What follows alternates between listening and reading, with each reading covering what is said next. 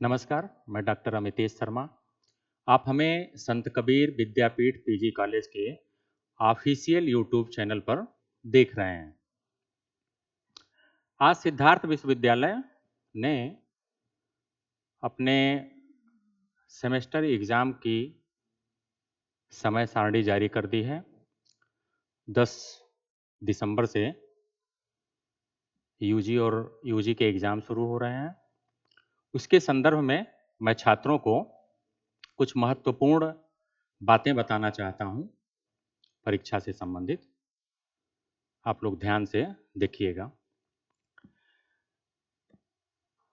सिद्धार्थ विश्वविद्यालय के सेमेस्टर परीक्षा 2024 के यूजी पीजी के छात्रों की तैयारी के संदर्भ में लिखित परीक्षा में अच्छे अंक कैसे लाएं, उसके संदर्भ में आज हम लोग चर्चा करेंगे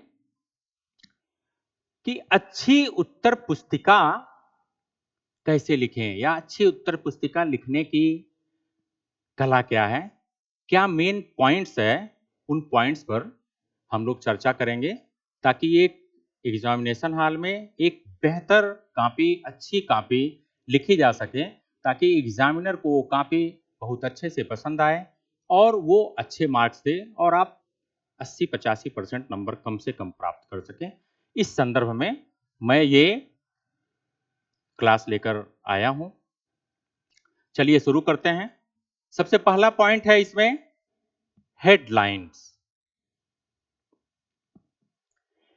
किसी भी लिखित परीक्षा में अच्छे अंक प्राप्त करने के लिए प्रश्न के उत्तर की हेडलाइंस बहुत जरूरी है। हेडलाइन जब आपकी प्रिपेयर होगी और हेडलाइन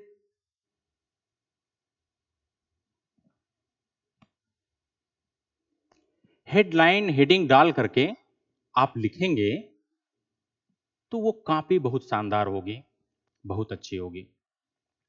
कैसे? जैसे आपने कोई प्रश्न है, मान लीजिए शिक्षा शास्त्र के विषय में हम बात कर रहे हैं कि शिक्षा शास्त्र के छात्र हैं, शिक्षा शास्त्र के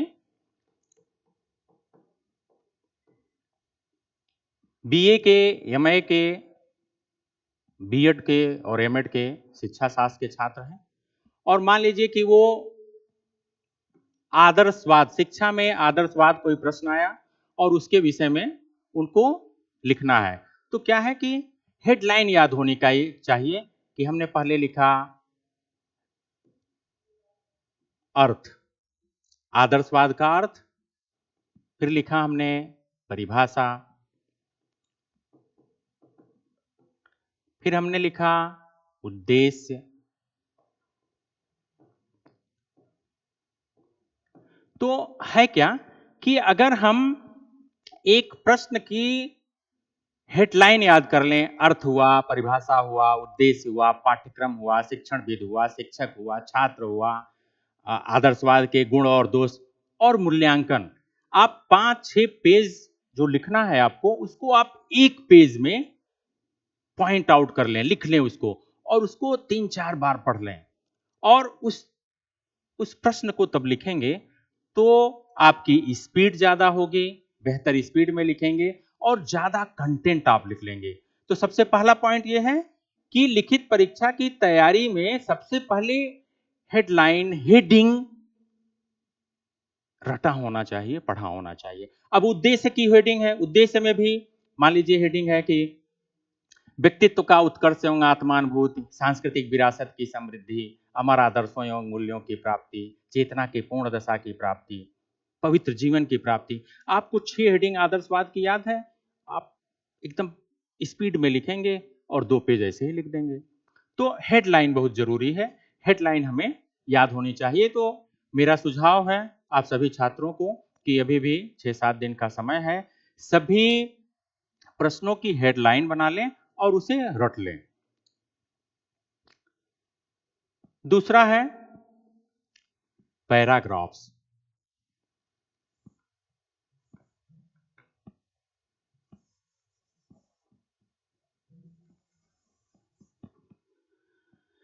कभी कभी हम लोग देखते हैं कॉपी मूल्यांकन के दौरान कॉपी में ये दिखता है कि छात्र लिखा तो है लेकिन उसने पैराग्राफ्स वाइज नहीं लिखा है। पैराग्राफ नंबर पाने के लिए बहुत महत्वपूर्ण है। ये यूपीएससी या यूपीपीसीएस का मेंस की कॉपी नहीं है। एकेडमिक कॉपी में हेडिंग बहुत जरूरी है और हेडिंग के बाद पेज में पैराग्राफ्स होना जरूरी है। जैसे पैराग्राफ्स लिखा, अब किसी बच्चे ने लिखा और ऐसे शुरू किया, लिखा यहाँ पेज पहली लाइन से शुरू किया और लास्ट लाइन तक ऐसे ही, कोई स्टेंजा नहीं है उसमें, कोई पैराग्राफ्स नहीं है, कुछ डाला ही नहीं है, बस शुरू किया और लिख दिया। ऐसा नहीं है। एक पेज में कम से कम 3 पैराग्राफ 4 पैराग्राफ बनाएं। आप 7-8 लाइन के बाद लाइन को तोड़ दें, टूट नहीं रहा है तो तोड़ दें, नहीं तो इतना लंबा थोड़ी होता है कि एक पेज में कोई पैराग्राफ ही ना हो। जब भी आप 5-6-7 लाइन के बाद एक नई लाइन लिखते हैं, जब भी आप नई लाइन लिखेंगे तो नए पैराग्राफ से लिखें।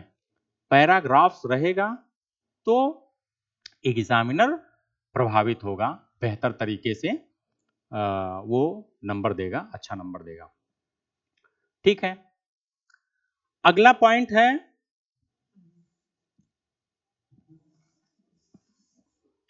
डायग्राम्स। लिखित परीक्षा में डायग्राम्स बहुत जरूरी है। अब आप सोचेंगे कि बीए और एमए या आर्ट में कैसा डायग्राम, इसमें भी डायग्राम होता है। बिना डायग्राम के लिखने पे नंबर प्रभावित होता है। डायग्राम जब बना के लिखेंगे तो बेहतर नंबर मिलता है और कॉपी आईने की तरह, एग्जामिनर के सामने आईने की तरह कॉपी होती है और वो उसका बेहतर मूल्यांकन करता है। जैसे जैसे मैं अभी बता रहा था कि शिक्षा शास्त्र विषय में है और डायग्राम है, डायग्राम बना के लिखेंगे तो और भी किसी भी विषय के छात्र हो, मैं शिक्षा शास्त्र बस एक उदाहरण बता रहा हूँ, किसी भी विषय के छात्र हो और आप डायग्राम बना के लिखेंगे तो बहुत अच्छा नंबर मिलेगा, बेहतर। जैसे जैसे मान लीजिए आदर्शवाद का उद्देश्य है। अब डायग्राम बनाने के कई तरीके हैं। उद्देश्य एक ऐसा है कि हम उद्देश्य लिख रहे हैं, उद्देश्य लिखें और डायग्राम ऐसे बना दिए। 1 व्यक्तित्व का उत्कर्ष एवं आत्मानुभूत, दूसरा सांस्कृतिक विरासत की समृद्धि, तीसरा अमर आदर्शों एवं मूल्यों की प्राप्ति, चौथा चेतना की पूर्ण दशा की प्राप्ति, पांचवा पवित्र जीवन की प्राप्ति। ऐसा डायग्राम बनाएं, उद्देश्य लिखें और यहां वो हेडिंग लिखें, आधा पेज ऐसे ही हो जाएगा। उसके बाद फिर एक एक हेडिंग डालकर उसकी व्याख्या करेंगे तो बेहतर नंबर मिलेगा। एक दूसरा प्रकार है कि आप उद्देश्य लिखें, उद्देश्य उद्देश्य लिखें, उद्देश्य लिखें और उसके बाद इसको ऐसे कर दें, 1 2 3 4 5 और ऐसे लिख दें तो और बेहतर होगा। और तीसरा है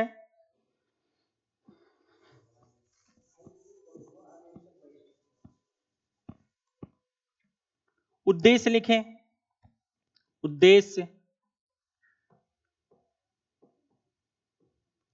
और 1 2 3 4 5 6, आपने 6 उद्देश्य दिखा दिया और फिर इसकी व्याख्या एक एक एक हेडिंग डाल के करें तो बहुत बेहतर होगा। इससे क्या होगा कि आप ज्यादा पेज लिख देंगे, ज्यादा अच्छे से लिख देंगे और एग्जामिनर ये देखेगा कि अच्छा उद्देश्य लिखे हैं, सब लिखे हैं, छात्र ने अच्छा ही लिखा है, तो इससे ज्यादा अच्छे अंक प्राप्त करने की संभावनाएं बढ़ जाती हैं।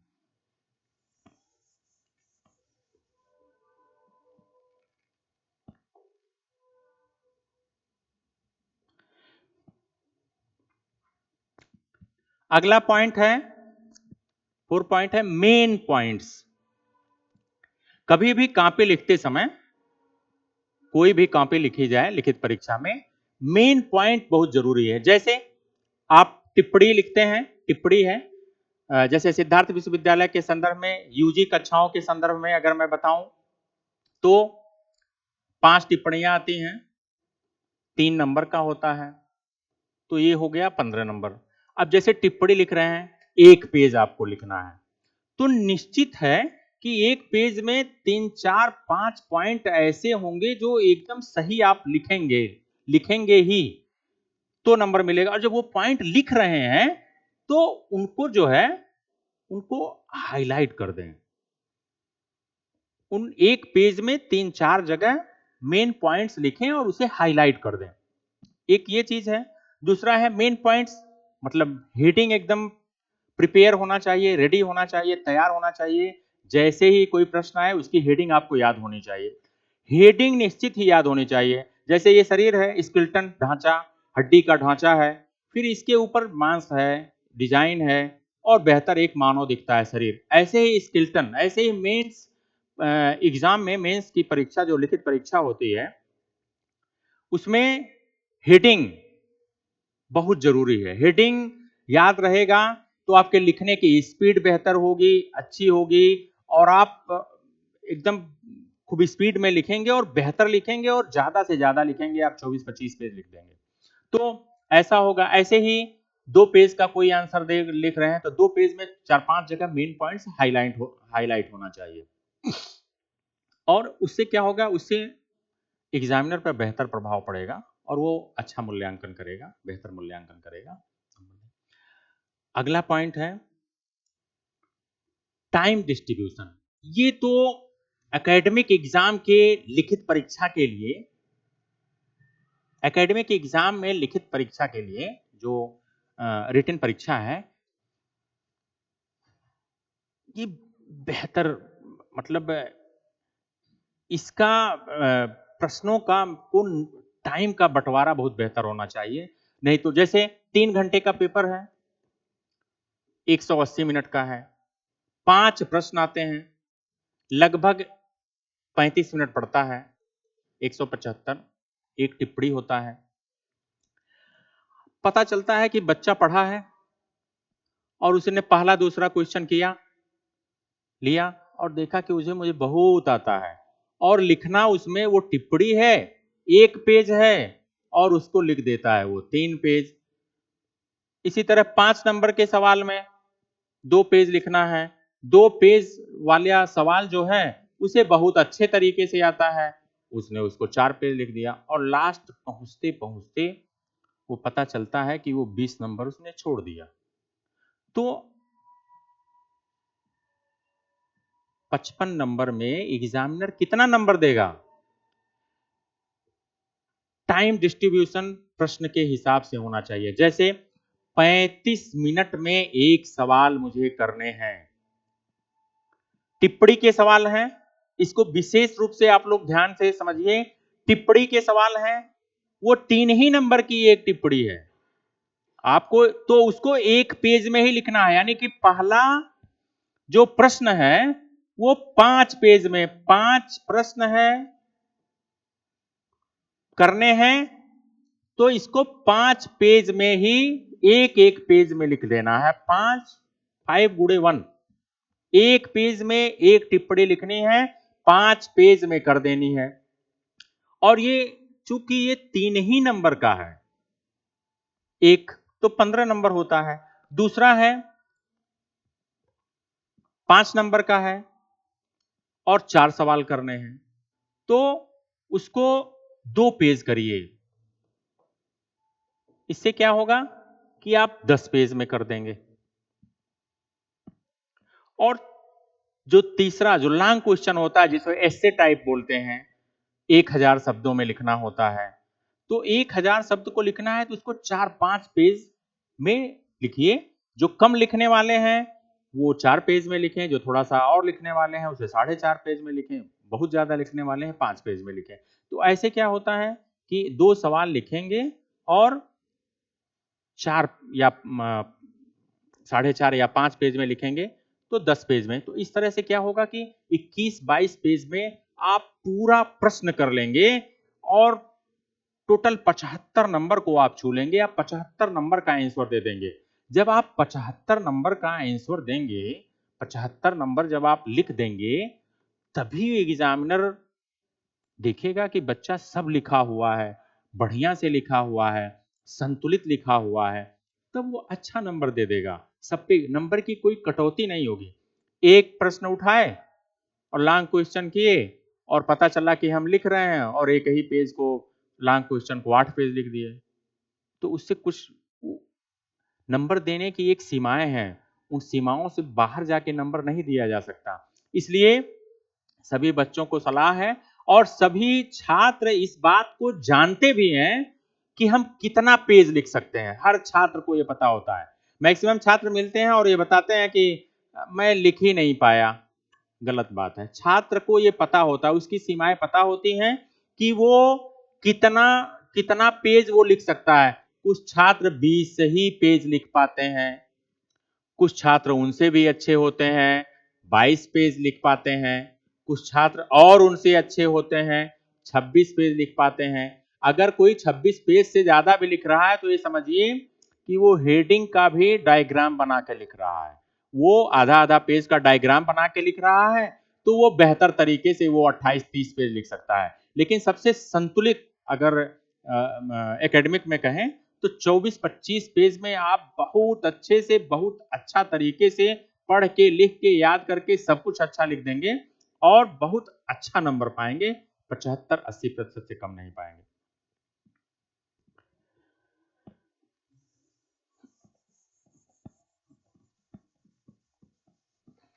अगली हेडिंग है, हम लोगों का अगला पॉइंट है, अच्छी उत्तर पुस्तिका लिखने की अगली पॉइंट है हैंड राइटिंग। निश्चित ही है कि अगर कॉपी को सुंदर तरीके से लिखेंगे, अच्छी लिखावट के साथ लिखेंगे, एक कोई हेडिंग डालेंगे, हेडिंग जब खत्म होता है तो उसके बाद तुरंत कोई हेडिंग नहीं डालेंगे, एक लाइन छोड़ देंगे, फिर एक हेडिंग डालेंगे। जिस हेडिंग में, जिस लाइन में हेडिंग डालेंगे उस हेडिंग के सामने से लिखना नहीं शुरू करेंगे, फिर उसके नीचे से लिखना शुरू करेंगे और सुंदर अक्षर में लिखेंगे, सुंदर शब्दों में लिखेंगे, मानक अक्षरों में लिखेंगे, तो निश्चित ही उसे बहुत अच्छा नंबर मिलेगा, बेहतर नंबर मिलेगा। हैंड राइटिंग का फायदा तो सब जगह होता है, चाहे वो यूपीएससी की कॉपी लिखी जाए, चाहे पीसीएस, यूपी पीसीएस की कॉपी लिखी जाए, मेंस की समीक्षा अधिकारी कोई भी, और चाहे एकेडमिक की कॉपी लिखी जाए। ऐसा नहीं है कि ये रिटेन एग्जाम के लिए बताया जा रहा है तो ये सिर्फ सिद्धार्थ विश्वविद्यालय के रिटेन एग्जाम के लिए है। किसी भी विश्वविद्यालय के रिटेन एग्जाम के लिए ये बताया जा रहा है। तो हैंड राइटिंग महत्वपूर्ण है और इसका सुधार करें, अभी भी 6-7 दिन है, बेहतर लिखने का प्रयास करें। अगला पॉइंट है कंक्लूजन, निष्कर्ष। एकेडमिक कॉपियों में, लिखित कॉपियों में निष्कर्ष बहुत जरूरी है। कम से कम टिप्पणी में तो निष्कर्ष नहीं लिखा जा सकता, लेकिन उसके बाद जो शार्ट टाइप क्वेश्चन होते हैं और लॉन्ग टाइप, ऐसे टाइप क्वेश्चन होते हैं, उनको जब भी आप कंप्लीट करें तो निष्कर्ष की हेडिंग जरूर डालें या उपसंहार की हेडिंग डालें और निष्कर्ष लिखें। निष्कर्ष कैसे लिखें? जैसे लिखा जाता है निष्कर्ष कि उपरोक्त विवेचन के आधार पर हम यह कह सकते हैं कि, या निष्कर्ष रूप में हम यह कह सकते हैं कि, ध्यान देने योग्य है कि, समीक्षात्मक रूप से हम यह कह सकते हैं कि, आलोचनात्मक रूप से हम यह कह सकते हैं कि। इस टाइप के शब्दों का प्रयोग करते समय अगर आप किसी भी प्रश्न का उपसंहार लिखते हैं तो वो एग्जामिनर को बहुत प्रभावित करता है और वो आपको अपना दिल खोल के पूरा वो नंबर देता है और बेहतर तरीके से वो आपका, आपके कॉपी का मूल्यांकन करता है और आपको नंबर देता है और आप बहुत अच्छा नंबर पा सकते हैं। तो इन बातों का ध्यान रखें और इन बातों का ध्यान रखेंगे तो एक अच्छी उत्तर पुस्तिका आप लिख सकते हैं। और इस सेमेस्टर में जो 10 दिसंबर से होने वाला एग्जाम है, इसमें आप बेहतर कर सकते हैं। ऐसा नहीं कि ये किसी फर्स्ट सेमेस्टर के लिए बताया जा रहा है, ये किसी भी academic exam, first, second, third, fourth जो भी है, बीए, एमए, बीकॉम, एमकॉम, किसी के भी एग्जाम के लिए ये बताया जा रहा है। इनका अनुसरण करते हुए अगर आप कॉपी को लिखेंगे तो बहुत बेहतर तरीके से लिखेंगे। एक और अंतिम बात है, अंतिम बिंदु पर बात करते हैं कि हमारे कुछ छात्र ऐसे होते हैं जो क्लास नहीं कर सकते हैं, आर्थिक रूप से उनके यहाँ तंगी होती है और वो कुछ काम करते हैं, कामकाजी होते हैं, लेकिन फिर भी वो हायर एजुकेशन लेना चाहते हैं और वो बीए, बीएससी, बीकॉम जैसे प्रोग्राम में एडमिशन लेते हैं, लेकिन वो समय नहीं दे पाते हैं। तो एक शिक्षक होने के नाते और मैं सोच रहा हूँ कि उनको भी बताया जाए ये कि कम समय में कैसे नंबर पाएँ या कैसे पास हों और अगली क्लास में पहुँच जाएँ। तो उसके लिए प्रिय छात्रों, सबसे पहले कि आप कम से कम 10, 12, 15 प्रश्न ऐसे अनसॉल्व देखकर, 2 साल के अनसॉल्व देखकर 10, 12 प्रश्न ऐसे निकाल लें और 5 पेज, 8 पेज, 10 पेज पढ़ने की ज़रूरत नहीं है। उनकी हेडिंग्स क्या है, एक-एक पेज, जैसे 5 पेज में अगर किसी प्रश्न को 6 पेज में लिखना है, तो उसको 1 पेज में हेडिंग डाल के एक-एक पेज उसका लिखें। हर प्रश्न का एक-एक पेज बना के और उसको अपना जो भी आप काम करते रहें और अ, पतली कॉपी हो या पेज हो या पन्ना हो जिस पे भी और उसको पढ़ते रहें, रटते रहें। अगर ये हेडिंग भी आपको याद है, तो आप उसको लिख देंगे और हेडिंग डाल के और उसमें प्रश्न जो पूछ रहा है, वो जो शब्द है, प्रश्नों की भी व्याख्या आर्ट में आप स्वयं से कर सकते हैं। नहीं 100% कर सकते हैं, 50% कर सकते हैं, करके और आप कॉपी को निश्चित भरें और सभी प्रश्नों को टच करें। यानी कि आप सभी प्रश्नों को उसी तरीके से जिस हिसाब से मैं बताया हूँ कि टिप्पणी 1 पेज में लिखनी है और थोड़ा शॉर्ट टाइप जो है उसको 2 पेज में लिखनी है और जो लॉन्ग टाइप है उसको 4-5 पेज में लिखनी है। यानी कि 21 से 23 पेज आप भी लिखें और लिखें, हेडिंग आप याद कर लें और लिखें। ये 2-3 दिन में ये हो जाएगा और आप बेहतर तरीके से, अच्छे तरीके से कर सकते हैं। मुझे लगता है कि ये पॉइंट्स अगर आप ध्यान देंगे और मेरी बातों को ध्यान देंगे, तो निश्चित है कि एक बेहतर और अच्छी कॉपी लिखेंगे और निश्चित है कि अच्छा नंबर आप प्राप्त करेंगे। ठीक है? धन्यवाद।